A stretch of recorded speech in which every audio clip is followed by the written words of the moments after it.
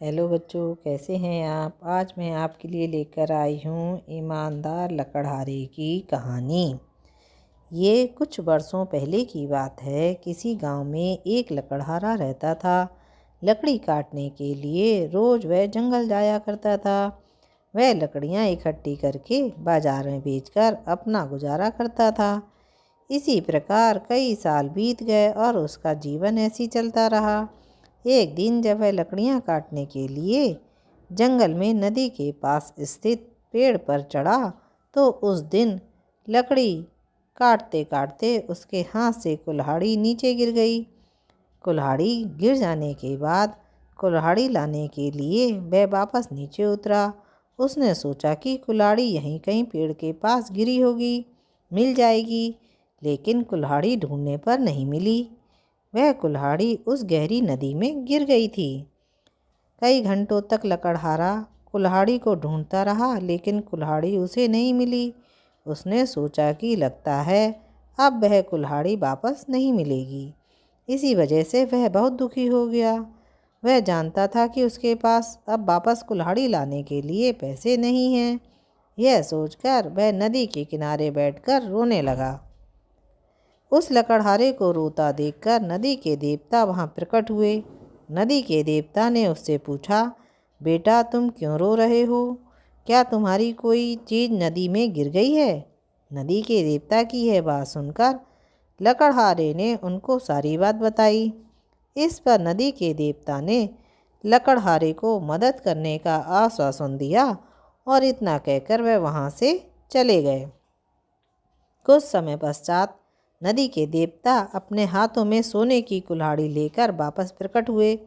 उन्होंने लकड़हारे से कहा, मैं तुम्हारी कुल्हाड़ी ढूंढ कर ले आया हूँ। उनकी यह बात सुनकर लकड़हारा खुश हो गया। जब लकड़हारे ने देखा कि नदी के देवता के हाथ में कुल्हाड़ी सोने की है तो लकड़हारे ने इनकार कर दिया। कुछ समय पश्चात नदी के देवता वापस प्रकट हुए। इस बार अपने साथ चांदी की कुल्हाड़ी लेकर आए।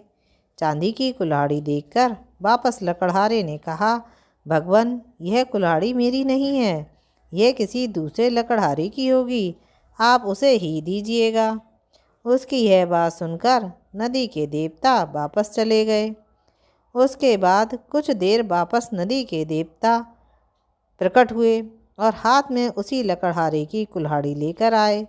उन्होंने देखा कि इस बार लकड़हारे के चेहरे पर खुशी थी। तब उन्होंने लकड़हारे से पूछा, क्या यह कुल्हाड़ी तुम्हारी है? लकड़हारे ने कहा, हाँ ये मेरी कुल्हाड़ी है। नदी के देवता लकड़हारे की ईमानदारी और साफ मन को देखकर बहुत खुश हुए। उन्होंने लकड़हारे से कहा, तुम बहुत ईमानदार और साफ मन वाले व्यक्ति हो।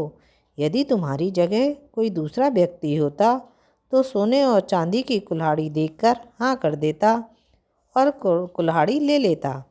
तुम्हारी इस ईमानदारी और सच्चाई से प्रभावित होकर मैं उपहार स्वरूप यह सोने की और चांदी की कुल्हाड़ी तुम्हें भेंट करना चाहता हूँ। तुम इन्हें भी रख लो। बच्चों, आपको मेरी कहानी कैसी लगी? अच्छी लगी तो जल्दी से सब्सक्राइब कीजिए, लाइक कीजिए, शेयर कीजिए। इससे हमें शिक्षा मिलती है कि ईमानदारी से बढ़कर और कुछ भी नहीं है। बच्चों, कल मिलेंगे नई कहानी के साथ। बाय।